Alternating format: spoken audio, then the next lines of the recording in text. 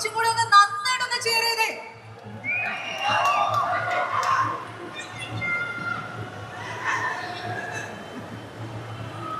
നമസ്കാരം കൊച്ചി. ഒരുപാട് പേരോട് നന്ദി പറയാനുണ്ട് ഈ ഒരു ഈവനിങ്. അത് തുടങ്ങുന്നത് നിങ്ങളിൽ നിന്നാകാം. Thank you all for being here. ഇതൊരു ഹോളിഡേ അല്ല, ഒരു അവധി ദിവസമല്ല, വർക്കിംഗ് ഡേ ആണ്. അപ്പോ പല കാരണങ്ങൾ കൊണ്ടും ഇന്നത്തെ ദിവസം മാത്രമേ ഇതിവിടെ നടത്താൻ സാധിക്കൂ എന്നുള്ളൊരു സാഹചര്യം വന്നപ്പോൾ ആദ്യം ചോദിച്ചത്, അയ്യോ ഇത് വർക്കിംഗ് ഡേ അല്ലേ, ആളുണ്ടാവുമോ എന്നാണ്. ആളുണ്ടായി. Thank you so much. Nobody എന്നെ സംബന്ധിച്ചിടത്തോളം എനിക്ക് ഭയങ്കര സ്പെഷ്യൽ ഒരു ഫിലിമാണ്. 2 വർഷങ്ങൾക്ക് മുമ്പോ മറ്റോ ഈ സിനിമ ആദ്യമായിട്ട് ഒഫീഷ്യലി ലോഞ്ച് ചെയ്തപ്പോൾ ഞാൻ പറഞ്ഞ കാര്യം തന്നെയാണ് എനിക്ക് ഇവിടെ പറയാനുള്ളത്. ഒരു നിർമ്മാതാവ് എന്ന നിലയിൽ ഞാൻ എത്രത്തോളം ഈ സിനിമയെ കുറിച്ച് എക്സൈറ്റഡ് ആണോ, അതിനൊരു 10 മടങ്ങ് ഞാൻ ആസ് എൻ ആക്ടർ ഈ സിനിമയെ കുറിച്ച് എക്സൈറ്റഡ് ആണ്. ഞാൻ കഴിഞ്ഞ കുറെ കാലങ്ങളിൽ ചെയ്തതിൽ എനിക്ക് ഏറ്റവും ഞാൻ എൻജോയ് ചെയ്ത ഒരു കഥാപാത്രമാണ് രാജീവൻ. ഞാൻ ഏറ്റവും എൻജോയ് ചെയ്തൊരു സെറ്റാണ് നോബഡിയുടേത്. ഇപ്പൊ സമീർ ഇവിടെ ഉള്ളതുകൊണ്ട് സമീറിനെ കുറിച്ച് പറഞ്ഞു തുടങ്ങാം. ഒരുപാട് യങ് പ്രോമിസിങ് റൈറ്റേഴ്സ് ഉള്ള അങ്ങനെ ഒരു വെൽത്ത് ഉള്ള ഇൻഡസ്ട്രിയാണ് നമ്മുടേത്. എന്നാൽ നമ്മുടെ ഇൻഡസ്ട്രിയിൽ ഞാൻ വർക്ക് ചെയ്തിട്ടുള്ളതിൽ one of the most original, the most talented screenplay writers ആണ് സമീർ. ആൻഡ് സമീറിനാണ് ഞാൻ ആദ്യം നന്ദി പറയേണ്ടത്. രാജീവനെ എഴുതിയപ്പോൾ രാജീവനിൽ എന്റെ മുഖം കണ്ടതിന്. നിസാം എന്നിവിടെ ഇല്ല. നമ്മൾ ആക്ച്വലി ട്രൈ ചെയ്തു നിസാം എത്തിയിട്ട് ഇത് തുടങ്ങാൻ വേണ്ടി. അതിനാണ് കുറച്ചൊക്കെ ഇത് വൈകിപ്പിച്ചത്. പക്ഷെ നിസാം വളരെ ദൂരെ ഒരു സ്ഥലത്ത് ഇവിടെ എത്തിക്കൊണ്ടിരിക്കുകയാണ്. അപ്പൊ എത്തുമ്പോൾ 8-8:30 മണിയെങ്കിലും കഴിയുമെന്ന് പറഞ്ഞതുകൊണ്ടാണ് നിസാം ഇല്ലാതെ ഈ പരിപാടി നടത്തേണ്ടി വന്നത്. Again thanks to Nizam. ഞാൻ ഈ സിനിമ കണ്ടപ്പോൾ ഞാൻ ഏറ്റവും കൂടുതൽ എൻജോയ് ചെയ്തത് ഇതിൽ നിസാമിന്റെ ഫിലിം മേക്കിംഗ് ക്രാഫ്റ്റാണ്. അത് ഞാൻ നിസാമിനോട് തന്നെ നേരിട്ട് പറയുകയും ചെയ്തിട്ടുണ്ട്. Regardless of what ever happens in theatres, ഒരു കാര്യം നിങ്ങൾക്ക് തർക്കമുണ്ടാവില്ല, ഔട്ട്സ്റ്റാൻഡിങ് ഫിലിം മേക്കിംഗ് ക്രാഫ്റ്റ് ഉള്ള ഒരു സിനിമയാണ് നോബഡി. നിസാമിന്റെ ആ ഗൈഡൻസും ഡയറക്ഷനും ഇല്ലായിരുന്നുവെങ്കിൽ രാജീവനോ മീരയോ ഹക്കീം ചെയ്ത കഥാപാത്രമോ ഒന്നും തന്നെ ഈ സിനിമയിൽ ഇന്ന് ഈ രൂപത്തിൽ ഉണ്ടാകില്ലായിരുന്നു. So thank you Nizam. Of course Jakes ഇപ്പൊ എന്റെ ഒരു സുഹൃത്ത് മാത്രമല്ല, he's like family right now. ഈ സിനിമയുടെ മ്യൂസിക് ആര് ചെയ്യണം എന്നുള്ളത് നമ്മൾ കുറച്ച് കഴിഞ്ഞിട്ട് തീരുമാനിച്ച ഒരു കാര്യമാണ്. അപ്പോൾ ഞാൻ ജെയ്ക്സിന്റെ പേര് ആദ്യം നിസാമിനോട് പറഞ്ഞപ്പോൾ നിസാം എന്നോട് പറഞ്ഞു, ജെയ്ക്സ് ഇങ്ങനെ ഒരു കൺവെൻഷണൽ കമേഴ്ഷ്യൽ സിനിമകളൊക്കെ ബാക്ക് ടു ബാക്ക് ചെയ്തുകൊണ്ടിരിക്കുന്ന ഒരു മ്യൂസിക് ഡയറക്ടർ അല്ലേ, നമ്മുടെ സിനിമ ജെയ്ക്സിന്റെ ഒരു ഏരിയ ആണോ എന്നോട് ആദ്യം ചോദിച്ചു. ഞാൻ അന്ന് നിസാമിനോട് പറഞ്ഞതാണ് ഞാൻ ഇന്നിവിടെ ആവർത്തിക്കുന്നത്. ഈ കൺവെൻഷണൽ ക്ലാസിക് കമേഴ്ഷ്യൽ മാസ് സിനിമകളിൽ ജെയ്ക്സ് ബിജോയ് എന്ന് അബ്സല്യൂട്ട് നമ്പർ 1 ആണ്. പക്ഷെ ഇന്നും ഞാൻ വിശ്വസിക്കുന്നു നോബഡിയിലെ ജെയ്ക്സ് ബിജോയ് ആണ് യഥാർത്ഥ ജെയ്ക്സ് ബിജോയ് എന്നാണ് എനിക്ക് തോന്നിയിട്ടുള്ളത്. എനിക്ക് വർഷങ്ങളായിട്ട് ജെയ്ക്സിനെ അറിയാവുന്നത് കൊണ്ട് ഇതാണ് ജെയ്ക്സിന്റെ ഹോം ഗ്രൗണ്ട് എന്നാണ് ഇപ്പോഴും ഞാൻ വിശ്വസിക്കുന്നത്.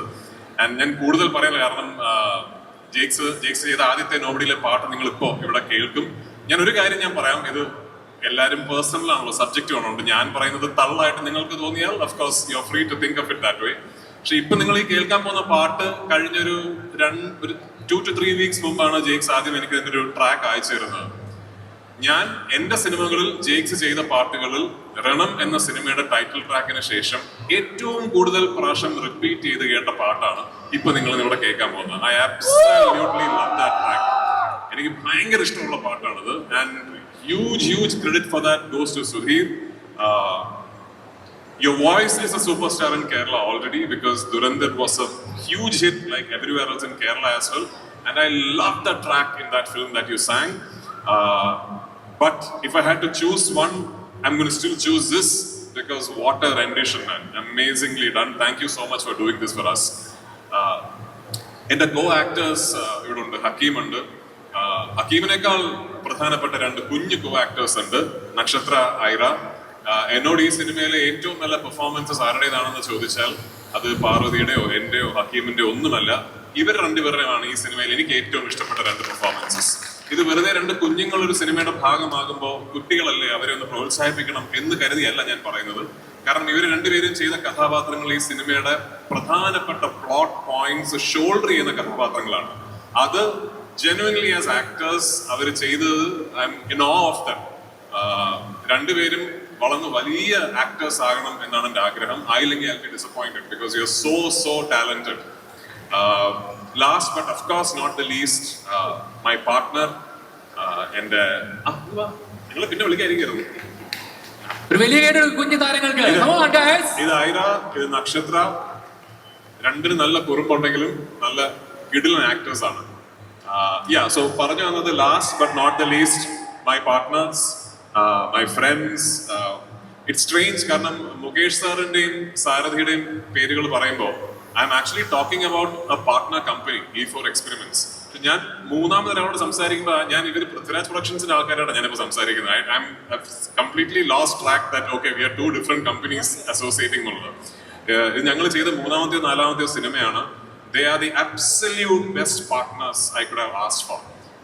ഞാനൊരു കഥ ഇഷ്ടപ്പെട്ടിട്ട് മുകേഷ് സാറിനെ വിളിച്ചാൽ the first thing he says is sir you like it, we are doing it എന്നുള്ളതാണ്. അത് പറച്ചിൽ മാത്രമല്ല, ട്രൂ ബ്ലൂ ഫിലിം ലവേഴ്സ് ആണ് ഈ പ്രൊഡ്യൂസേഴ്സ്. കാരണം ഒരു സിനിമയുടെ സ്ക്രിപ്റ്റ് വായിച്ച് അത് മനസ്സിലാക്കി അതിനെന്ത് വേണോ ആ പൈസ ചെലവാക്കി അത് ആ സ്കെയിലിൽ ആ സിനിമ ചെയ്യണോ എന്ന് വിശ്വസിക്കുന്ന ഡ്രീം പാർട്ട്നേഴ്സ് ആണ് E4 experiments. Thank you for the trust sir, thank you for the association.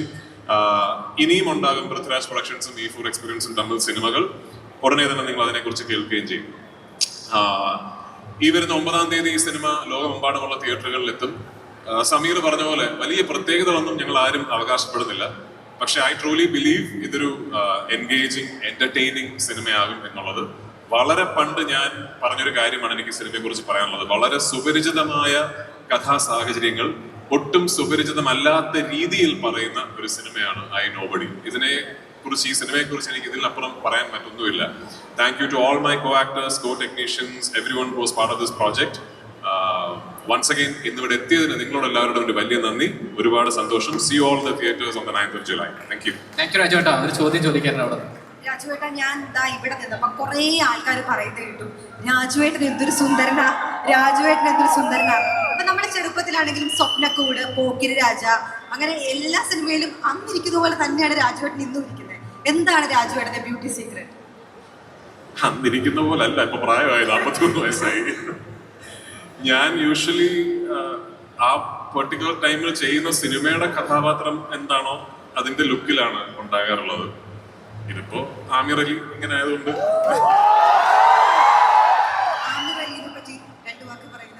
Aamir അലിയെ പറ്റി പറയാൻ ഇനി സമയമുണ്ടല്ലോ. ഞാൻ ആ സിനിമയുടെ റിലീസുമായി സംബന്ധിച്ച് തീർച്ചയായും മിനിഞ്ഞാന്ന് പാക്കപ്പ് ആയതേ ഉള്ളൂ സിനിമ.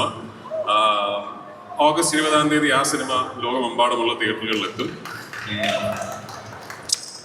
ഐ നോബഡി പോലെ തന്നെ അതും ഒരു ജേക്സ് ബിജോയ് കത്തിക്കൽ ആയിരിക്കും. അല്ല രാജുവേട്ടാ, ശരിക്കും പറഞ്ഞാൽ എനിക്ക് ഭയങ്കര റെസ്പെക്ട് തോന്നുന്നൊരു സംഭവമാണ്. കാണുമ്പോൾ ഒരു അസൂയ തോന്നുന്നുണ്ട്. ശരീരം ഒരു 10-15 കിലോ കുറയ്ക്കാൻ വേണ്ടി ഒരു വർഷം ഞാൻ കഷ്ടപ്പെട്ടു. രാജേട്ടൻ ഓർമ്മയുണ്ടോ? 15 കിലോ എവിടുന്ന് കുറയ്ക്കാൻ? ഇനി കുറയ്ക്കാനില്ല, കുറഞ്ഞതാ. ഓർമ്മയുണ്ടല്ലോ പണ്ട് കണ്ടത്. അപ്പൊ അത് വെച്ച് നോക്കുമ്പോ നിങ്ങളുടെ ശരീരം കാണുമ്പോൾ എനിക്ക് തോന്നുന്നുണ്ട് ഇതിലൊരു ലുക്ക് വേറെ, നമ്മുടെ മുമ്പിൽ നിൽക്കുന്ന രാജുവേട്ടന്റെ ഈ ലുക്ക് വേറെ, നേരത്തെ ആട് ജീവിതത്തിൽ കണ്ടപ്പോൾ ലുക്ക് വേറെ. ഈ ബലൂണെ ഞാൻ ഇതിനു മുമ്പ് കണ്ടിട്ടുള്ളൂ ഇങ്ങനെ വീർക്കുകയും ചുരുങ്ങുകയും ചെയ്യുന്നത്. ഇത് എങ്ങനെ സാധിക്കുന്നു? അത് നമ്മളെ ഒരു സിനിമയോ അല്ലെങ്കിൽ ഒരു കഥാപാത്രമോ ആണ് നമ്മളെ ഇൻസ്പയർ ചെയ്യുന്നത്. അപ്പോൾ ആസ് എൻ ആക്ടർ നമുക്ക് കഴിയുന്നിടത്തോളം കാലം നമ്മുടെ ശരീരം ആ രീതിയിൽ ഫ്ലെക്സിബിൾ ആക്കി വെക്കുക എന്നുള്ളതാണ് എനിക്ക് തോന്നിയിട്ടുള്ളത്. അങ്ങനെ നോക്കുകയാണെങ്കിൽ ഞാൻ കണ്ടിട്ടുള്ള ഏറ്റവും ഫ്ലെക്സിബിൾ ആക്ടർ മമ്മൂക്കയാണ്. കാരണം ഞാനത് ഈ മമ്മൂക്കയുടെ ലാലേട്ടന്റെ പേര് പറഞ്ഞ കൈയടി കിട്ടും എന്നുള്ളതുകൊണ്ട് പറയല്ലോ. നമ്മൾ ശരിക്കും ഇപ്പൊ മമ്മൂക്കനെ നമ്മൾ ഏത് കഥാപാത്രമായിട്ട് കണ്ടാലും മൂപ്പര അതുപോലെ ഇരിക്കുന്നു എന്ന് തോന്നില്ല. ഇപ്പൊ അമരത്തിൽ അച്ചൂട്ടിയായിട്ട് കണ്ടാലും ഒരു തനി മുക്കുവാനായിട്ട് തോന്നും. ഇപ്പൊ നമുക്ക് കിങ്ങിലെ കളക്ടറായിട്ട് കണ്ടാലും ശരിക്കൊരു അങ്ങനത്തെ ഒരാളായിട്ട് തോന്നും. അപ്പൊ ആ രീതിയിൽ മൂപ്പര് ഫിസിക്കലി അങ്ങനെ ഭയങ്കര ഈസിലി ക്യാരക്ടേഴ്സിലേക്ക് ലെൻഡ് ആവുന്ന ഒരാളാണല്ലോ. കമൽ സർ അങ്ങനെയാണ്, കമൽ ഹാസൻ സർ അങ്ങനെയാണ്. അപ്പൊ എനിക്ക് അതൊക്കെയാണ് ഇൻസ്പിറേഷൻ. അപ്പോ നാളെ ഒരു ഫിലിം മേക്കർ വന്നിട്ട് എന്റെ ക്യാരക്ടർ എനിക്ക് ഇങ്ങനെയൊക്കെയാണ് രാജീവൻ വേണ്ടതെന്ന് പറഞ്ഞാൽ എന്നെ കൊണ്ടാകുന്ന പോലെ അങ്ങനെ ആയിത്തീരാ. അപ്പൊ നാളത്തെ ഇത് കഴിഞ്ഞിട്ട് ഇപ്പൊ വാരണാസി എന്ന് പറയുന്ന സിനിമയിൽ മറ്റൊരു ലുക്കും ശരീരവും ആ സിനിമ കാണുമ്പോൾ ഇപ്പൊ നിങ്ങൾ കാണുന്നത് ആമിർ അലിയുടെ ലുക്കാണ്. ഓക്കെ രാജുവേട്ടാ, എനിക്ക് സിനിമയുമായി ബന്ധപ്പെട്ട ഒരു ചോദ്യം ചോദിക്കാം. നല്ല കാര്യം.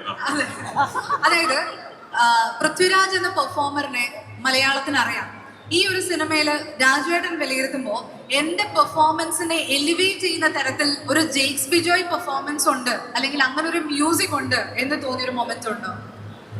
ഈ സിനിമ എന്ന് പറയുന്നത് ടോട്ടലി ഒരു കൊളാബറേറ്റീവ് എഫേർട്ടാണ്. ഇപ്പോൾ ഒരു നടൻ ഒറ്റയ്ക്ക് ഒരു ഗംഭീര പെർഫോമൻസ് കൺസ്ട്രക്ട് ചെയ്യാനൊന്നും പറ്റില്ല. അതിനാദ്യം ആവശ്യം നല്ലൊരു റിട്ടേൺ മെറ്റീരിയലാണ്.